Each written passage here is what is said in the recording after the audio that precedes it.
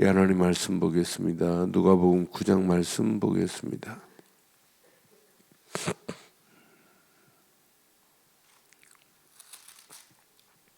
누가복음 9장 우리 18절부터 보겠습니다. 27절까지 교독합니다. 예수께서 따로 기도하실 때에 제자들이 주와 함께 있더니 물어 이르시되 무리가 나를 누구라 하느냐.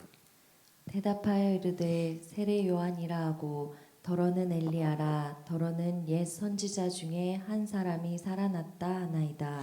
예수께서 이르시되 너희는 나를 누구라 하느냐.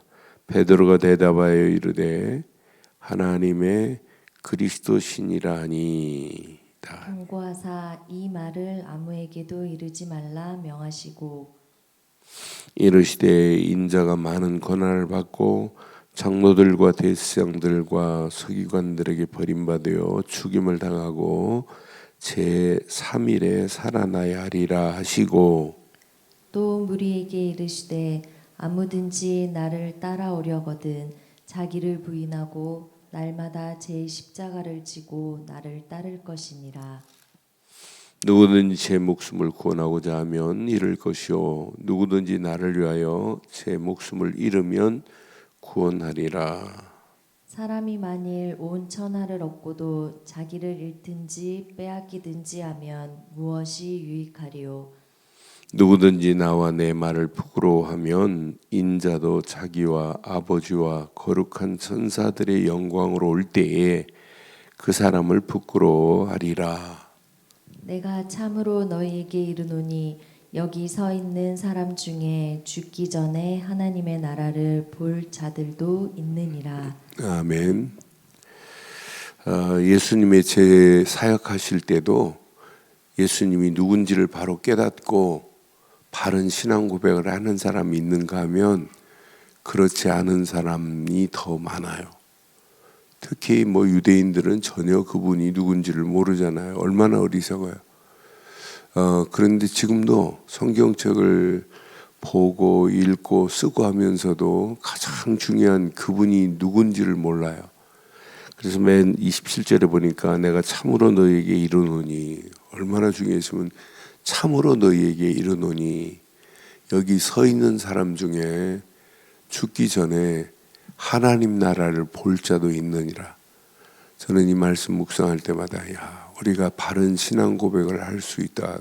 바른 신앙 고백을 하고 예수님이 사역하시면서 예수님이 오신 목적뿐만 아니라 그분이 우리에게 진짜 그리스도로 오셨다고 하는 사실을 바로 깨닫는 순간에 끝났어요. 하나님 나라가 내게 임한 사실을 누리고 한다. 보좌의 축복이 내 안에 있다. 내가 나에게 주신 하나님 말씀 안에서 말씀 붙잡고 기도할 때마다 하나님의 역사하심을 맛보고 있다. 이것만큼 복이 어디 있어요. 지금 많은 사람들이 예수 믿는 건 하나님 내 사정과 형편이 너무너무 힘듭니다. 나를 좀 도와주세요. 그런 믿음이 아니에요.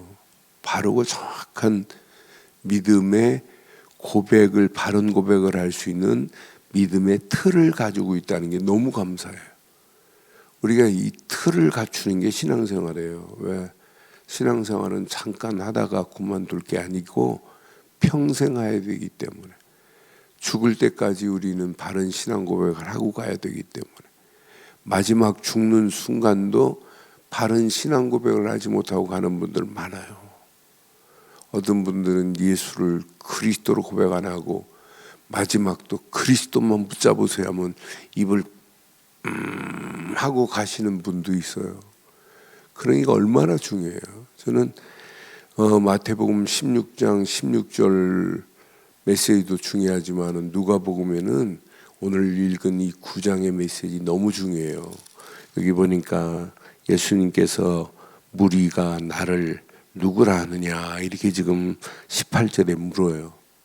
나를 누구라 하느냐.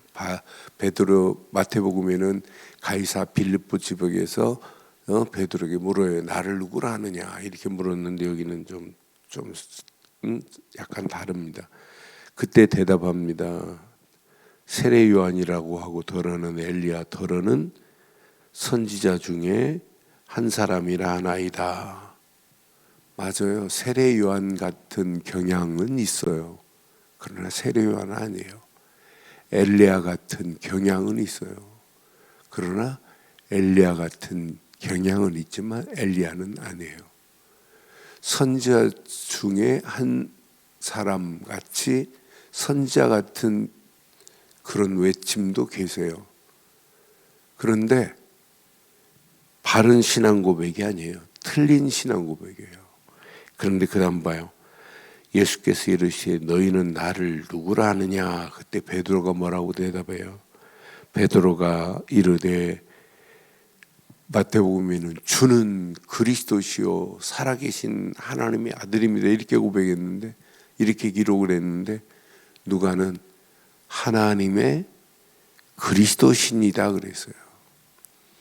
하나님이 우리에게 보내신 그분은 하나님 만나는 길을 낸 선자 같은 분이고, 하나님이 보내신 그분은 우리를 죄에서 해방시킨 제사장 같은 분이시고, 그분은 만왕의 왕으로 오셔서 사단의 머리를 깨고 왕으로 오셔서 모든 권세를, 완전히 사단의 권세를 꺾으신 왕 같은 분이기 때문에 하나님의 그리스도신이라 그랬어요.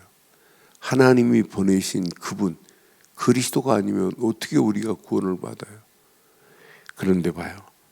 분명히 경고하사 이 말을 아무에게 드리지 말라 하시고 그랬어요. 지금 어떤 상황이냐면 마태복음 누가복음에 예수님이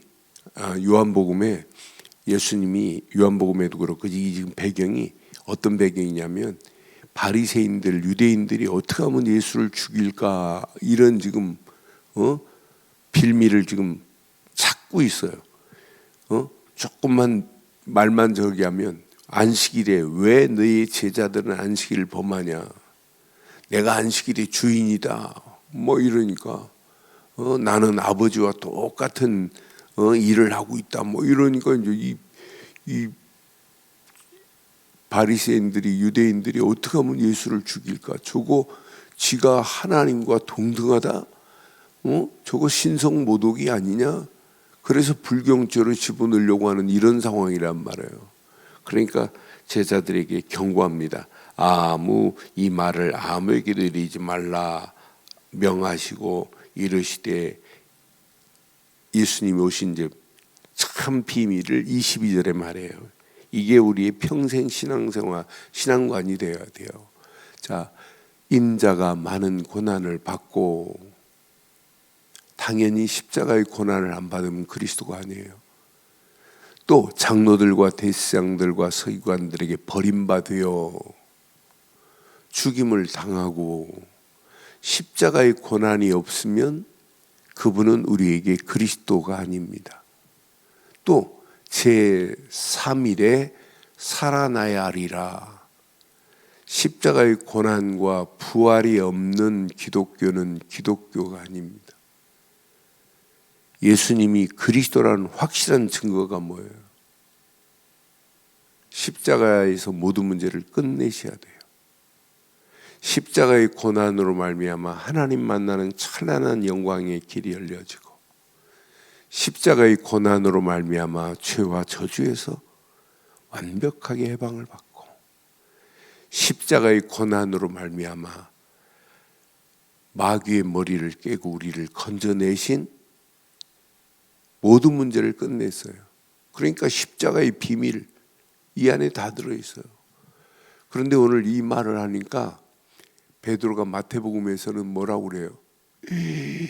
절대로 그럴 수 없나이다 그러잖아요. 예수님이 이 말하니까 베드로, 이 마태는 기록하기를 절대 그럴 수 없다는 거예요. 그때 예수님이 뭐라고 그래요? 사탄아, 이 물러가라 그러잖아요. 그러니까 사탄은 지금도 뭐만, 그리스도의 고난만 믿지 못하도록 하는 거예요. 사탄은 지금도 뭐만, 예수가 부활했다는 사실만 못하게 만드는 거예요. 사단은 지금도 예수를 그리스도로만 믿지 말라고 하는 게 사단의 전략입니다. 지금도 사단의 전략은, 전 세계를 지금 지배하고 있는 사단의 전략은 동일해요. 하나님 없어도 너 구원받을 수 있어. 파라다이스를 이룰 수 있어. 아니, 하나님 없어도 돼. 세상이 지금 네피림 문화가 온 땅을 지배하면서 창세기 6장에 방주 안에 들어가라, 이것만 지금 방해하고 있잖아요. 하나님 없어도 성공할 수 있어. 그게 온 땅을 지금 지배하고 있습니다. 그러니까 세상은 지금 성경의 하나님 말씀에 반대 쪽에서 지금 이미 완전한 시스템을 만들어 놓고 많은 사람들을 여기에 지금 다 걸려들게 만들어요. 앞으로 보세요. 가면 갈수록 성경 안 팔립니다. 중국은 성경 판매 금지령 내렸는데 그거 안 내려도 돼요. 안 내려도 안 봅니다. 안 읽습니다. 안 믿습니다. 이런 시대 온다니까요. 그런데 저희들이 진짜 이런 바른 신앙 고백을 할 수 있고 신앙생활에 바른 믿음의 틀을 가지고 있다는 것은 평생 승리할 수 있어요. 어떤 문제가 오고 어떤 상황이 오고 앞으로 미래 어떻다 할지라도 아무 관계없어요. 그리스도께서 과거 문제만 끝낸 게 아니에요. 그리스도께서 오늘도 우리와 함께 하시고 미래도 염려할 필요 없어요. 이거 언약 제대로만 붙잡고 한다면. 그러니까 분명히 이렇게 말하잖아요. 근데 이제 중요한 건 바른 신앙 고백 이후에 우리의 신앙의 틀이 오늘 23절부터 보세요. 이제 이걸 딱 붙잡고 가셔야 돼요. 또 무리에게 이르시되 아무든지 나를 따라오려거든. 이게 신앙생활입니다. 자기를 부인하고 날마다 제 십자가를 지고 나를 따를 것이니라. 이게 우리의 평생의 바른 믿음의 고백을 한 사람들의 신앙관입니다. 이게 신앙의 틀이 되어야 돼요. 진짜 내가 그리스도께서 모든 문제를 끝냈다면 그리스도께만 집중하면 돼요. 우리 앞에 살다 보면 얼마나 많은 것들이, 많은 문제, 환경, 사건 얼마나 많아요. 그런데 우리는 하루 눈 뜨면 5만 가지 생각, 5만 가지에 우리는 다 빠져 있어요. 그런데 5만 가지 다 뒤로 하고 오직 하나만 딱 집중해 보세요. 저는 그래서 김중훈 박사가 돌아가시기 전에 설교한 것 중에 백문일답이라는 설교를 하셨어요. 100가지 문제를 알지라도 답은 하나다. 그럼 하나에만 집중하면 돼요. 아니 10,000가지 문제를 알지라도 답은 하나입니다. 그래서 우리는 진짜 하나에 딱 우리가 집중되면 나머지는 저절로 돼요. 우리는 한 가지에 집중하다 보니까 집중이 아니라 집착합니다. 그러니까 결국은 염려, 불신앙, 낙심 따라올 수밖에 없어요. 결국은 분열돼 버려요. 신앙생활이 건강하지 못해요.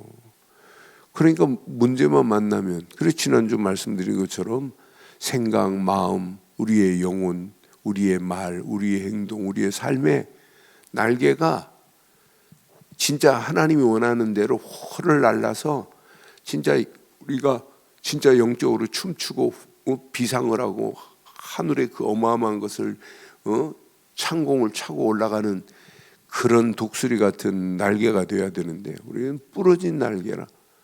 우리의 영적 상태가 생각도 부러진 생각, 마음도 부러진 마음, 또 우리의 말도 보면 삐뚤어지고 부러진 말, 전부 염려하고 부정적인 말들 얼마나 많이 해요. 그러니까 우리의 영혼이 건강할 수가 없어요. 그래서 오늘 23절 내 것으로 딱 붙잡으시고 진짜 내가 아무든지 나를 따라오려거든. 내 건 이건 내 거 아니다.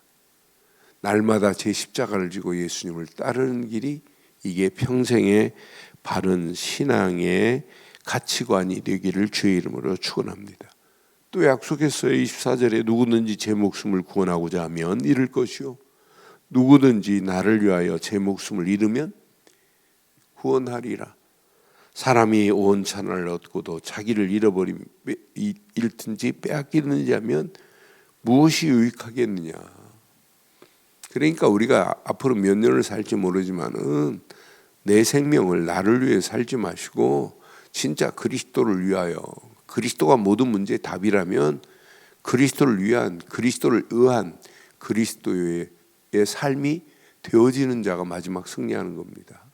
그러니까 이 언약 내 것으로 붙잡기만 한다면, 분명히 말해요. 누구든지 나와 내 말을 부끄러워하면 인자도 자기와 아버지와 거룩한 천사들의 영광으로 올 때에 그 사람을 부끄러워하리래요.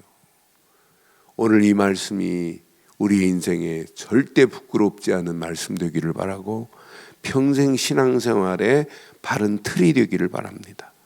오늘 이거 제대로 딱 붙잡았다. 어떤 역사가 일어나겠어요?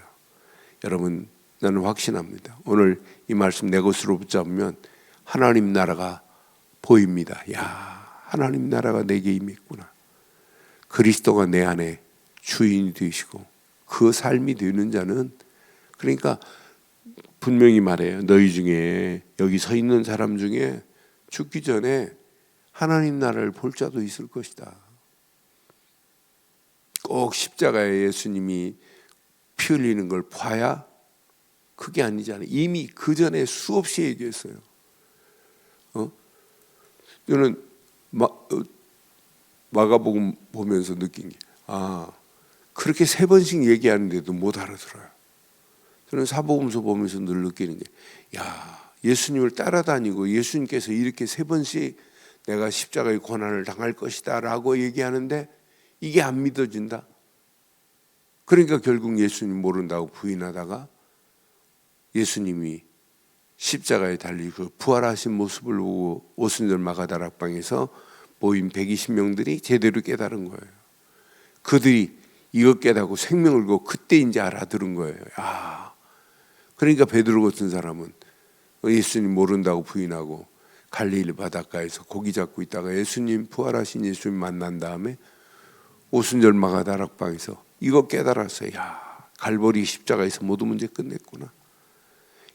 감람산 하나님 나라 일을 40일 동안 말씀한 게 그때 깨달은 거예요.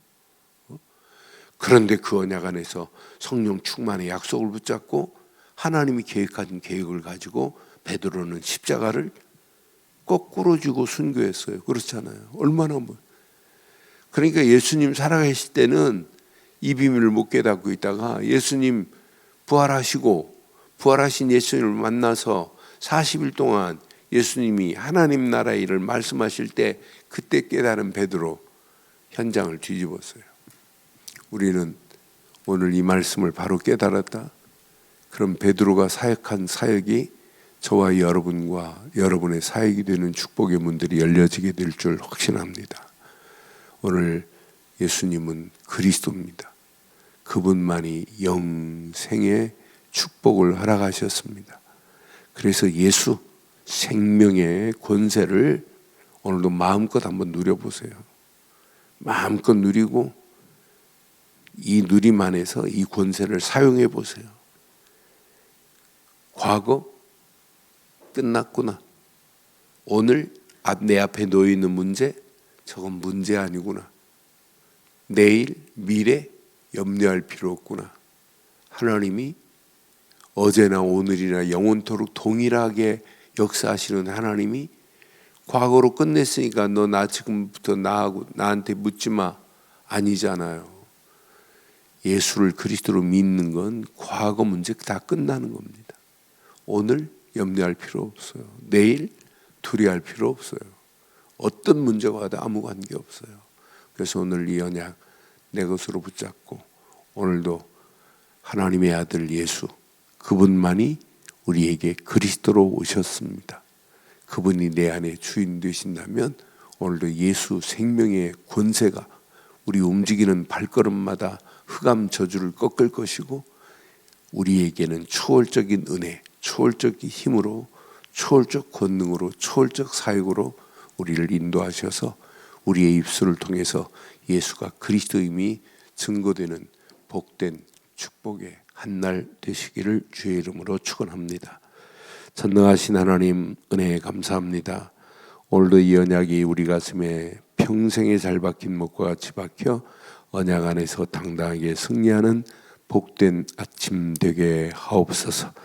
말씀 붙잡고 기도하다가 자신을 부인하고 오직 예수님의 원하는 십자가를 지고 달려가는 발걸음에 하나님의 나라가 확장되어지는 축복이 있게 하옵소서. 지금은 우리 주 예수 그리스도의 크신 은혜와 하나님의 무한하신 사랑과 성령님의 내주 인도 역사 충만하신 은혜가 예수 그리스도 안에서 그 이름을 높이고 달려가는 심령 머리머리 위에 가정, 사업, 직장, 자녀들 위에 언약 붙잡은 우리 믿음의 모든 가족들과 늘 좋은 교회 위에 지금부터 영원토록 함께 있을지어다. 아멘.